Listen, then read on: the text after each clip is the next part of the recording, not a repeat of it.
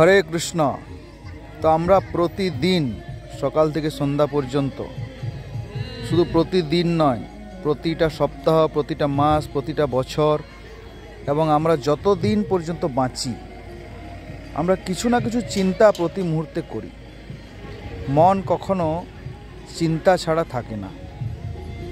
এমনকি রাত্রে যখন আমরা ঘুমিয়ে থাকি তখনও কিন্তু মন ব্যস্ত থাকে, বিভিন্ন ধরনের স্বপ্ন দেখে তার সেই পূর্ব সমস্ত চিন্তা ভাবনা সেগুলো স্বপ্নরূপে আমাদের কাছে ভেসে আসে। তো এরকম লক্ষ লক্ষ কোটি কোটি অনন্ত কোটি চিন্তা ভাবনা প্রতিটি মানুষের মনে ঘুরে বেড়াচ্ছে দিন রাত। তো এরকম অজস্র চিন্তার মধ্যে সবচেয়ে শ্রেষ্ঠ চিন্তা কোনটি? না, আমাদের বহু রকমের চিন্তা রয়েছে। ধন সম্পদ, বাড়ি গাড়ি, স্ত্রী পুত্র পরিবার এবং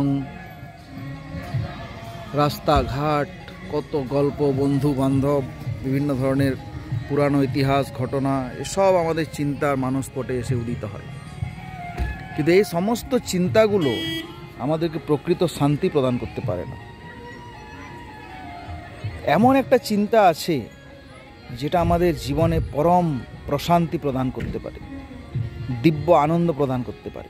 কি সেই চিন্তা? সেই চিন্তা হচ্ছে কৃষ্ণ ভাবনা অমৃত। পরম পুরুষোত্তম ভগবান শ্রীকৃষ্ণের সম্বন্ধীয় যে চিন্তা, সেটি আমাদেরকে দিব্য আনন্দে নিমজ্জিত করতে পারে। এই জন্য শিল প্রভুপাদ, যিনি ইস্কনের প্রতিষ্ঠাতা আচার্য, তিনি ইস্কনের নাম দিয়েছেন international society for Krishna consciousness, যার বাংলা তর্জমা হচ্ছে আন্তর্জাতিক কৃষ্ণ ভাবনা অমৃত সংঘ। তো ভগবান কৃষ্ণের ভাবনা অমৃতের সমান। তাই যারা এই বিষয় বিষানলে দিবানিশি হিয়া জলে, বিষয় কৃষ্ণ চিন্তা বাদ দিয়ে এই জগতের বাকি যত চিন্তা, তাদেরকে বিষয় বলা হয়। এই বিষয় হচ্ছে বিষের মতো জ্বালা প্রদান করে। সমস্ত জীব কষ্ট পাচ্ছে, বিষয় জ্বালায় ছটপট করছে সবাই। ধন সম্পদ, প্রভাব প্রতিপত্তি, ঐশ্বর্য, পদ প্রতিষ্ঠা, মান যশ, এগুলো হচ্ছে খুব বিষ।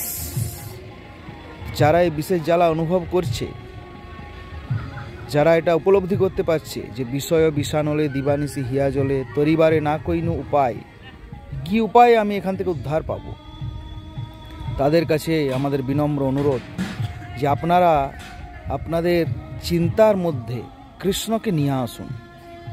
আপনাকে কোনো কাজ কর্ম ত্যাগ করতে হবে না, বাড়ি ঘর ত্যাগ করতে হবে না। আপনি মনে সবসময় পরম পুরুষোত্তম ভগবান শ্রীকৃষ্ণ এবং তার যে বিভিন্ন ধরনের কার্যক্রম রয়েছে, তার যে কথা, সেগুলো চিন্তা করুন। কৃষ্ণকে চিন্তা করুন, কৃষ্ণের চরণ, কৃষ্ণের বক্ষদেশ, কৃষ্ণের শ্রীমুখ, কৃষ্ণের বাঁশি, এই ধরনের যে কোনোভাবে কৃষ্ণ কথা চিন্তা করুন। দেখুন এই বিষের জ্বালা ধীরে ধীরে ধীরে ধীরে আপনার কাছ থেকে দূরে চলে যাবে এবং আপনি একটি দিব্য আনন্দময় জীবন লাভ করতে পারবেন। এবং সেই পরম শান্তিময় জীবনে আপনি সমস্ত কিছু কাজ, যাই কিছু করবেন, সেটা সমাজের জন্য, দেশের জন্য অত্যন্ত মঙ্গলজনক হবে এবং আপনার নিজের জন্য অত্যন্ত মঙ্গলজনক হবে। তাই কৃষ্ণ ভাবনা কী করে আরও বেশি বেশি করা যায়, তার শিক্ষা স্বয়ং ভগবান ভগবদ্গীতায় প্রদান করেছে।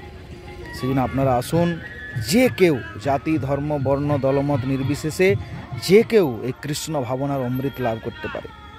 এটা কোনো বিশেষ জাতিগোষ্ঠী, বিশেষ জনগোষ্ঠীর জন্য নয়, এটা প্রতিটা জীবের পরম মঙ্গলের জন্য এই কৃষ্ণ ভাবনামৃত। হরে কৃষ্ণ।